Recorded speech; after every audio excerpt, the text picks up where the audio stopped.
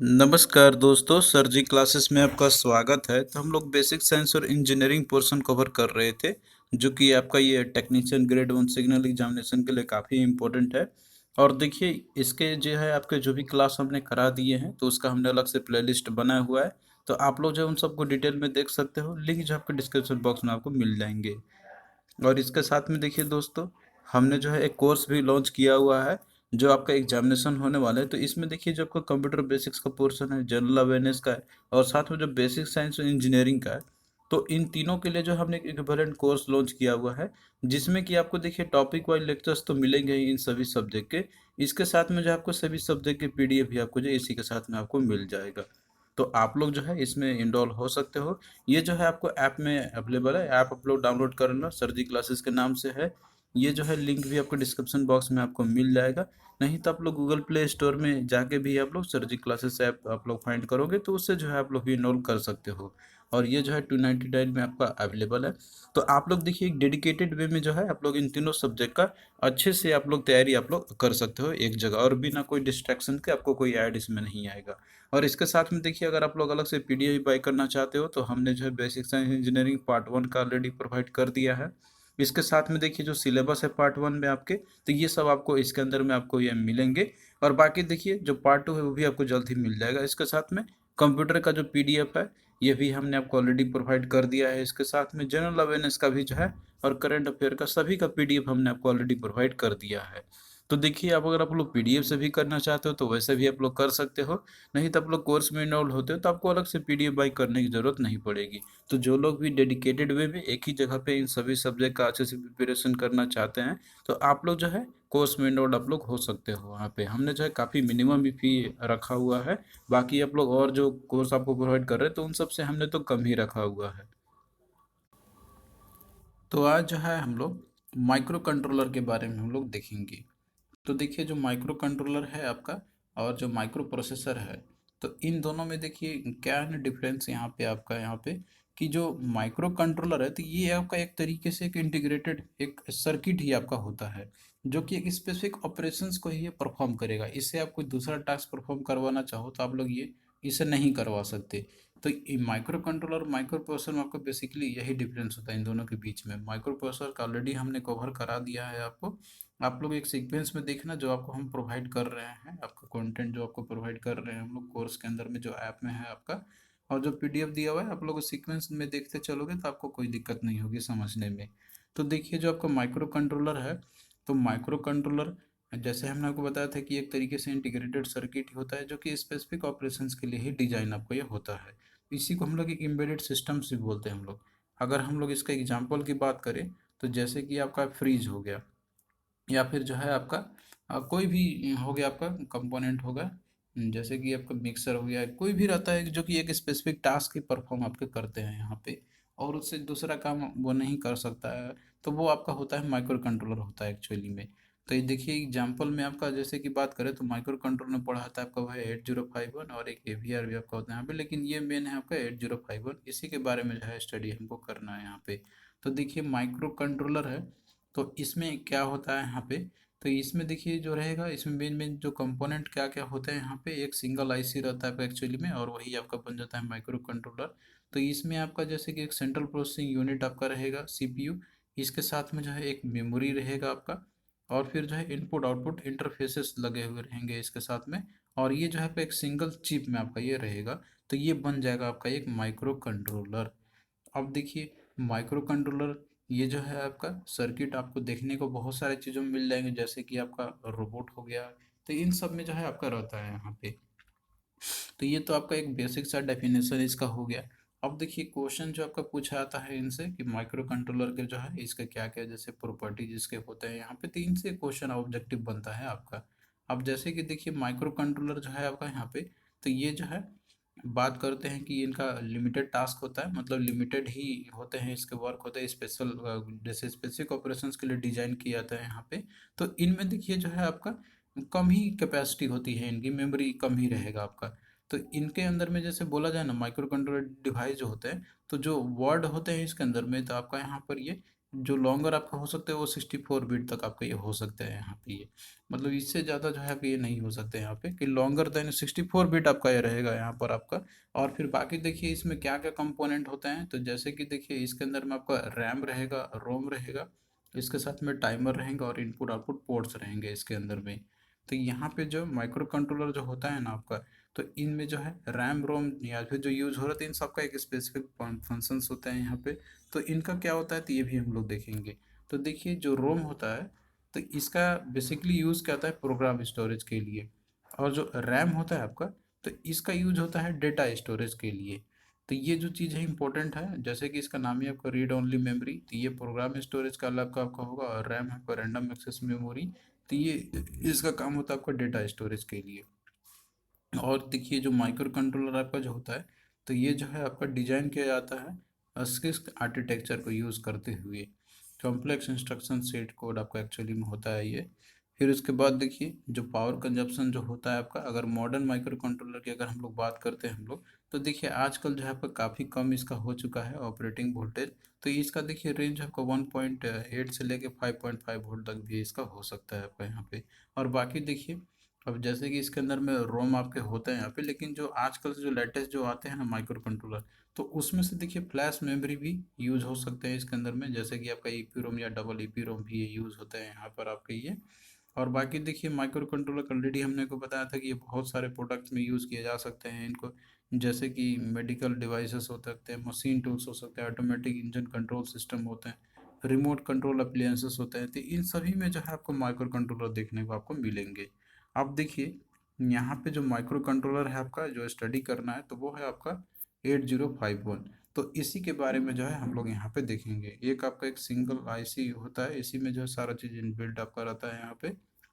तो देखिए जो 8051 आपका है, तो ये जो है पहला और ये मोस्ट पॉपुलर माइक्रो कंट्रोलर भी आपका रहता है, जिसको कि MCS51 के नाम से भी जाना जाता है।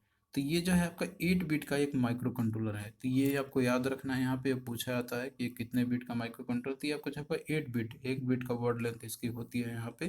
तो इसका कहने का मतलब ये हो गया कि इसमें जो डेटा बस आपका रहेगा तो वो 8 बिट का रहेगा।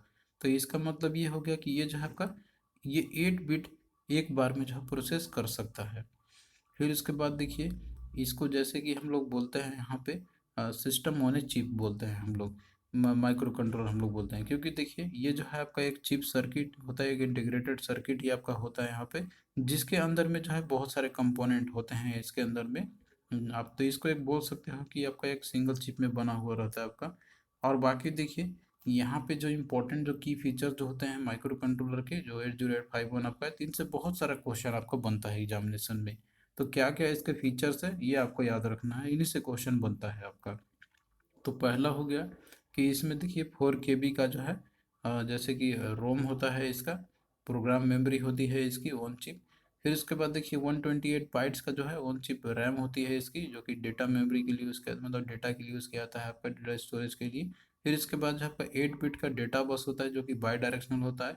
और 16 बिट का जो है एड्रेस बस होता है जो कि यूनि डायरेक्शनल होगा आपका। और इसके साथ में जो है दो इसमें 16 बिट के टाइमर्स होते हैं। और 4 जो है 8 बिट के इनपुट आउटपुट पोर्ट्स होते हैं इसके अंदर में। और इसके साथ में जो है 128 यूजर डिफाइंड फ्लैग्स होते हैं। और फिर देखिए इसमें जो है 4 रजिस्टर बैंक होते हैं 8 8 बिट के। तो ये सब पूछा जा सकता है कि इसमें जो है कितने रजिस्टर्स होते हैं, तो 4 रजिस्टर्स होंगे, सभी 8 8 बिट्स के होते हैं। और इसके साथ में कितने यूजर डिफाइंड फ्लैग होते हैं, तो 128 होंगे इसमें। कितने जो है इनपुट आउटपुट पोर्ट्स होते हैं, तो वो 4 आपका होगा। और वो कितने होते हैं, तो वो आपका 8 8 बिट्स के होते हैं। टाइमर्स कितने होते हैं, तो 2 होता है, और वो जो आपका 16 बिट के होते हैं। तो इस तरीके से क्वेश्चन आपको पूछा जा सकता है एग्जामिनेशन में। फिर इसके बाद देखिए इंस्ट्रक्शन साइकिल की अगर हम लोग बात करते हैं, तो जो आपका रहता है इसके अंदर में, तो आपका 1 माइक्रो सेकेंड का होता है। और साथ में जो है 12 मेगा हर्ट्ज का जो है क्रिस्टल ऑसिलेटर होता है इसके अंदर में। फिर इसके बाद देखिए 16 बाइट का जो है बाई डायरेक्शनल रैम भी होता है इसके अंदर में। फिर इसके बाद देखिए जनरल पर्पज जो रजिस्टर होता है, तो वो आपका टोटल इसमें 32 होते हैं, जो कि हर एक 8 8 बिट के होंगे। और फिर इसके बाद देखिए अगला आपका यहाँ पर है 8051 में जो है 2 एक्सटर्नल और 3 इंटरनल इंटरप्ट्स होते हैं। तो ये भी पूछा आता है कि कितने एक्सटर्नल और इंटरनल इंटरप्ट होते हैं, तो 2 एक्सटर्नल इंटरप्ट और 3 जो है आपके इंटरनल इंटरप्ट्स होंगे। और इसके साथ में जो है इसमें प्रोग्राम काउंटर और डेटा पॉइंटर जो है तो वो कितना होता है, तो इसमें देखिए 16 बिट का प्रोग्राम काउंटर और डेटा पॉइंटर होते हैं। अब भाई ये क्वेश्चन हम लोग देखते हैं किस तरीके से क्वेश्चन पूछ सकता है आपसे इसमें से। तो यहाँ पे देखिए है कि 89C 2051 हैज़ रैम ऑफ। तो देखिए ये जो दिया हुआ है ना आपका, तो ये एक्चुअली में वही आपका माइक्रो कंट्रोलर 8051 ही एक्चुअली में आपका ये। तो इसमें देखिए रैम जो है वो कितनी होती है। तो देखिए रैम के बारे में हमने आपको बताया था कि जो आपका रैम होता है तो वो होता है आपका 128 बाइट्स का। तो इसका देखिए ए आपका राइट आंसर हो जाएगा इसके अंदर में। और रैम जो है आपका होता है डेटा स्टोरेज के लिए। और बाकी देखिए अगला दिया आपका रीड ओनली मेमोरी। तो रीड ओनली मेमोरी जो है आपका, तो ये होल्ड्स करता है कितना KB ऑफ स्टोरेज इन 8051। तो देखिए जो रैम जो रोम आपका होता है, एक्चुअली रैम का तो हो गया, रोम का जो होता है इसका दैट इज 4 KB। तो यहाँ पे बी आपका जो है राइट आंसर इसका हो जाएगा। 4 KB ऑफ स्टोरेज इसमें रहता है आपका 8051 के अंदर में। और ये जो प्रोग्राम के लिए यूज़ किया जाता है इसका। और देखिए यहाँ पे जो है आपका माइक्रो कंट्रोलर 8051 का ब्लॉक डायग्राम यहाँ पे दिखाया गया हुआ है आपका। यहाँ पे मतलब कि जो एक माइक्रो कंट्रोलर आपका होता है तो वो किस तरीके से उसमें क्या कंपोनेंट होते हैं और जो है दिया हुआ आपके यहाँ पे आप देख सकते हो यहाँ इसके अंदर में, जैसे कि इसमें ऑसिलेटर और टाइमिंग रहेंगे इसके अंदर में। इसके साथ में जो है यहाँ पे आप देख सकते हो कि 4096 बाइट्स जो होते हैं प्रोग्राम मेमोरी रोम के आपके होते हैं यहाँ पे। तो यही आपका वही है 4 KB का जो होता है यहाँ पे जो रोम होती है इसकी। और 128 बाइट्स का जो है आपका होता है इसमें data memory that is RAM होता है आपका। और फिर जो है आपका इसके अंदर में दो 16 बिट की टाइमर होते हैं इसके अंदर में, या फिर जो इवेंट काउंटर्स होते हैं इसके अंदर में। तो ये देखिए जो है आपका इंटरनल डेटा बस है, ये जो है कनेक्टेड आपके रहते हैं इसके अंदर में। और फिर इसके बाद जो है यहाँ पे आप देख सकते हो कि 64 के बाइट्स जो बस एक्सपेंशन कंट्रोल रहता है इसके अंदर में। फिर जो है प्रोग्रामेबल इनपुट आउटपुट पोर्ट्स भी रहते हैं इसके अंदर में। तो वो कौन सा आप कहती है P0 से लेके P3 तक रहते हैं इसके अंदर में। फिर इसके बाद जो है programmable serial port full duplex UART और सिंक्रोनस शिफ्टर भी इसके अंदर में होते हैं, जो कि सीरियल इनपुट और सीरियल आउटपुट ये जो है लेता है और सीरियल आउटपुट प्रोवाइड आपको ये करता है। तो ये जो है आपका 8051 जो कि रहते हैं इसके अंदर पे जो दिया हुआ इंटरनल स्ट्रक्चर आपका दिया हुआ है ब्लॉक डायग्राम है आपका। तो ये सब देखिए इसके बारे में यहाँ पे ऑलरेडी हमने आपको बताया हुआ है कि 8051 में जो है क्या क्या फीचर्स होते हैं इसके। तो ये सब जो है पूरा यहाँ पे दिया हुआ है, इसी में से ही आपका वहाँ पे जो है डिस्क्रिप्शन किया गया हुआ है उसके अंदर में। तो ये देखिए इंपॉर्टेंट है आपका एग्जाम पॉइंट ऑफ व्यू से। मोस्टली एग्जाम में क्वेश्चन आपके जो है इसी में से ही पूछे जाएंगे, जो कि हमने यहाँ पे की फीचर्स के बारे में दिया हुआ है आपका। क्वेश्चन इसी में से ही आपके आएंगे अधिकतर। और देखिए जितना हमको कंटेंट दे रहे हैं आपको, जो ऐप में आपको लेक्चर्स प्रोवाइड कर रहे हैं, तो ये जो है एग्जाम पॉइंट ऑफ व्यू से आपका देखिए इंपॉर्टेंट तो है ही। और आपको एडिशनल पढ़ना भी होगा तो आप लोग पढ़ सकते हैं, लेकिन इतना सफिशिएंट रहेगा, इससे ज़्यादा जो है माइक्रो कंट्रोलर में आपका पूछता नहीं है एग्जामिनेशन में। आप लोग जो है प्रीवियस पेपर कोई भी अदर एग्जाम के जो होंगे, क्योंकि इसका तो पहली बार हो रहा है, तो आप लोग उसको सॉल्व करना आपको देखोगे आप लोग क्वेश्चन तो इसी से ही लगभग जो कंटेंट दिया हुआ है इसी से मिलते जुलते ही क्वेश्चन पूछे गए हुए हैं। तो आपको जो है एक्स्ट्रा एफर्ट करने की ज़रूरत नहीं है ज़्यादा। आप लोग जितना हम आपको दे रहे हैं उतना भी अगर आप लोग करोगे अच्छे से, जो कंटेंट हम आपको दे रहे हैं, आप में लेक्चर्स आपको प्रोवाइड कर रहे हैं और साथ में जो है आपको जो PDF दिया हो उसका आप लोग बार बार रिवाइज करो आप लोग, तो इससे जो है आपका हो जाएगा। आपको जो है फिर और ज़्यादा एडिशनल कहीं से भी आपको पढ़ने की ज़रूरत तो नहीं पड़ेगी मेरे अकॉर्डिंग, क्योंकि देखिए ये भी माइक्रो कंट्रोलर जो है तो कोई छोटा सब्जेक्ट नहीं है। अगर आप लोग उठाओगे तो बुक आपको मिलेंगे, इसके मोटे मोटे बुक मिलेंगे आपको, तो उतने डेप्थ में भी जाने की ज़रूरत नहीं है। जितना आपको हमने प्रोवाइड किया हुआ है तो ये भी जो है आपके एग्जाम पॉइंट ऑफ व्यू से काफ़ी रहेंगे। आप लोग इसको करो और रिवाइज करो और क्वेश्चन प्रैक्टिस करो, तो आपका देखिए जो है ये हो जाएगा पोर्शन ये। तो देखिए हम लोग इसी तरीके से आगे भी कंटिन्यू रखेंगे।